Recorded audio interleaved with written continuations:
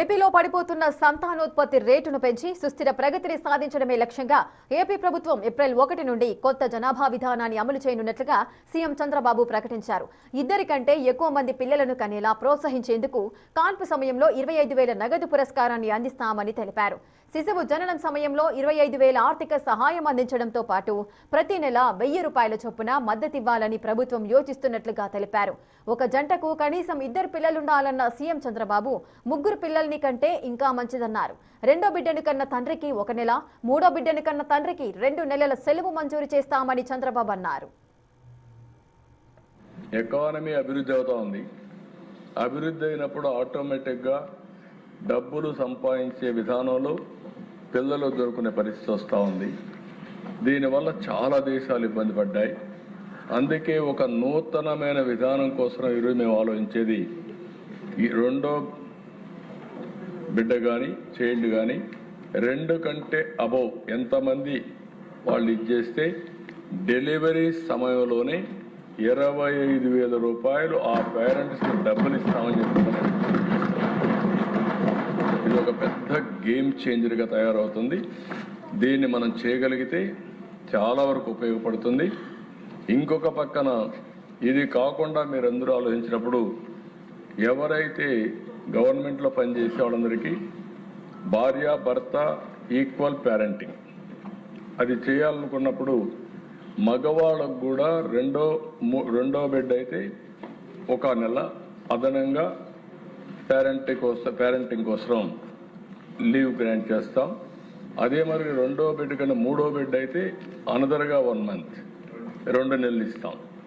అంటే 1 ఇయర్ ఉండేది 1 మంత్ ఎక్కువగా ఇచ్చి దీనికి ప్రోత్సహిస్తామని చెప్పి కూడా నేను మీకు తెలియజేస్తున్నా. చంద్రబాబు వ్యాఖ్యలపై భిన్నాభిప్రాయాలు ఏర్పడుతున్నాయి. 3 పిల్లలను కనాలంటే కుటుంబ పోషణ ఇబ్బందితో పాటు ఉద్యోగ అవకాశాలు లేక ఇబ్బందులు పడే పరిస్థితి కూడా ఉంటుందని గర్భిణీ స్త్రీలు అభిప్రాయం వ్యక్తం చేస్తున్నారు. ఇప్పుడున్న పరిస్థితుల్లో పోషణ భారం ఇబ్బందికరంగా ఉంటుందని అంటున్నారు. మరోవైపు ఎక్కువ పిల్లలు ఉండడమే మంచిదని పెద్దలు అభిప్రాయం వ్యక్తం చేస్తున్నారు. ఇక ఇదే అంశానికి సంబంధించిన పూర్తి డీటెయిల్స్ మా నెల్లూరు నుంచి మా ప్రతినిధి సురేంద్ర అందిస్తారు.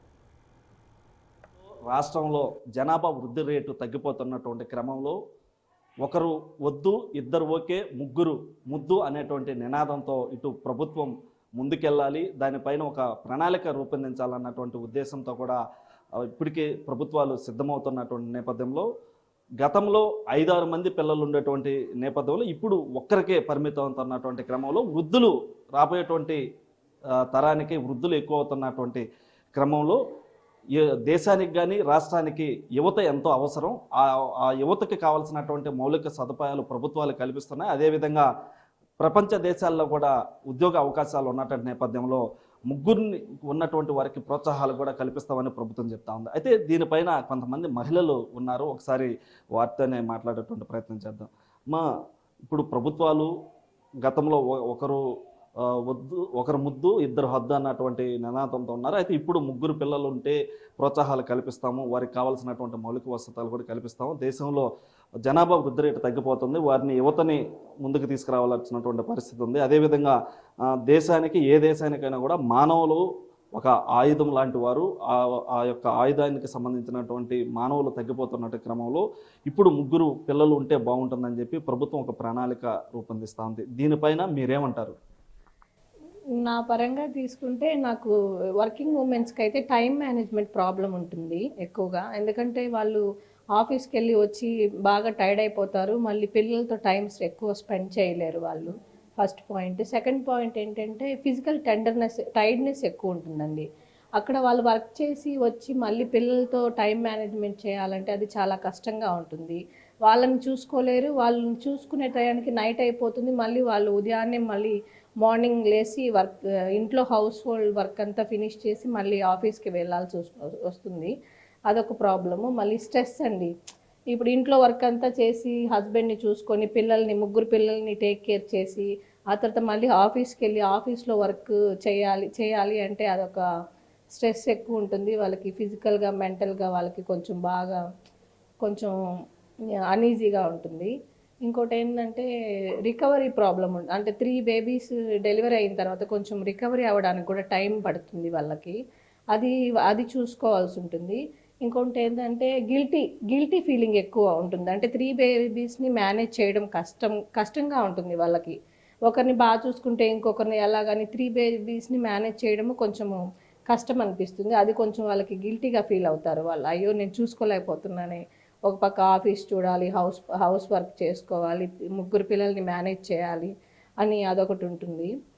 ఆ, నా పరంగా తీసుకుంటే ఆ, అంతే అండి. ఇప్పుడు ప్రభుత్వం ప్రణాళిక రూపొందించేటువంటి విషయం పైన 3 పిల్లలు ఉంటే బాగుంటుందని చెప్పి ఆ యొక్క ప్రోత్సాహాలకు కూడా ఒక ప్రణాళిక అనేది ఏర్పాటు చేస్తారు. అంటే ఈ 3 పిల్లల విషయాన్ని మీరు స్వాగతిస్తున్నారా లేదా అన్నది? ఆహా! లేదండి. అంటే చాలా కష్టంగా ఉంటుంది. అంటే ఇంట్లో చూసుకునే వాళ్ళు ఉండరు. ఒకవేళ అత్తయ్య, మామయ్య వాళ్ళు ఉన్నా కానీ వాళ్ళు కాసేపు చూసుకుంటారు. రోజంతా వాళ్ళు పిల్లల్ని చూసుకోలేరు గదండీ! గతంలో 5-6 మంది పిల్లలను కూడా పెంచి పోషించినటువంటి పరిస్థితి. అంటే ఇప్పుడు ఒకరికే పరిమితం అయిపోతా ఉన్నారు. గతంలో ఉన్నటువంటి ఇబ్బందులు ఇప్పుడు ఒకరికే పరిమితమవడానికి ఏమంటారు?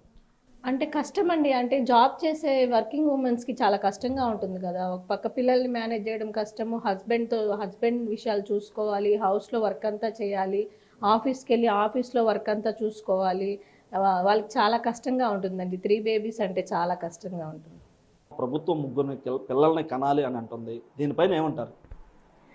ఇంతకుముందు 5 మంది, 6 మంది పిల్లల్ని కనేవాళ్ళు. అప్పుడు చాలా ఈజీగా ఉండేది పెంచడం గాడ. కానీ ఇప్పుడు పెంచడం గానీ, వాళ్ళని సాకడం గానీ చాలా కష్టంగా ఉంది.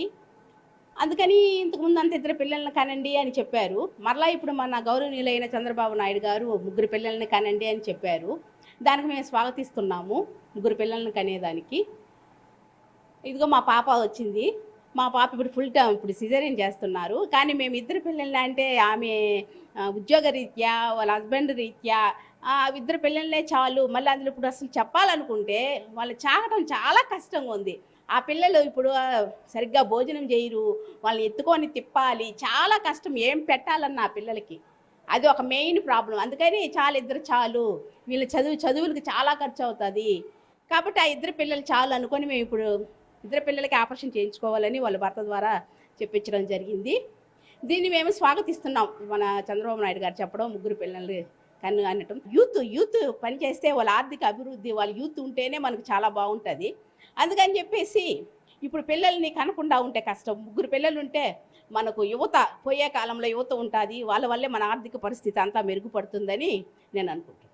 అయితే ఇటు గణాంకాలు తగ్గిపోతున్నటువంటి నేపథ్యంలో పిల్లల్ని అంటే యువతని ప్రోత్సహించాలన్నటువంటి ఉద్దేశంతో తీసుకొస్తున్నటువంటి ఈ యొక్క 3 పిల్లల నినాదం ఏదైతుందో దాన్ని కొంతమంది కూడా వ్యతిరేకిస్తున్నటువంటి పరిస్థితి ఉంది. అంటే ఎందుకనంటే ఆ యొక్క కుటుంబ పోషణ చూసుకోవాలన్నా ఆ పిల్లలకి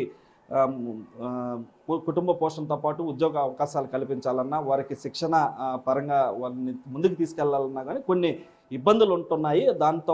దాని కారణంగానే పిల్లల్ని ఒకరితో ఇద్దరితోనే సరిపెట్టుకుంటున్నాం. 3 వైపు వెళ్ళాలంటే వారికి కావాల్సినటువంటి వసతులు మా వద్ద లేక ఆ ఇబ్బందులు పడలేక కూడా పిల్లల్ని వద్దనుకుంటున్నామని చెప్పి కూడా కొంతమంది చెప్తున్నట్టు పరిస్థితుంది. అదే దాంతోపాటుగా కొంతమంది ఆ యొక్క పిల్లల్ని వృద్ధులు ఎక్కువ అవుతున్నటువంటి నేపథ్యంలో యువత కావాల్సినటువంటి నేపథ్యంలో ఆ యువతని కూడా ప్రోత్సహించేందుకు ప్రభుత్వం ఈ నిర్ణయం తీసుకోవడం కూడా మంచిదని కొంతమంది చెప్తున్నటువంటి పరిస్థితి ఉంది. కెమెరామెన్ మనోజ్తో సురేంద్ర, బిగ్ టీవీ, నెల్లూరు.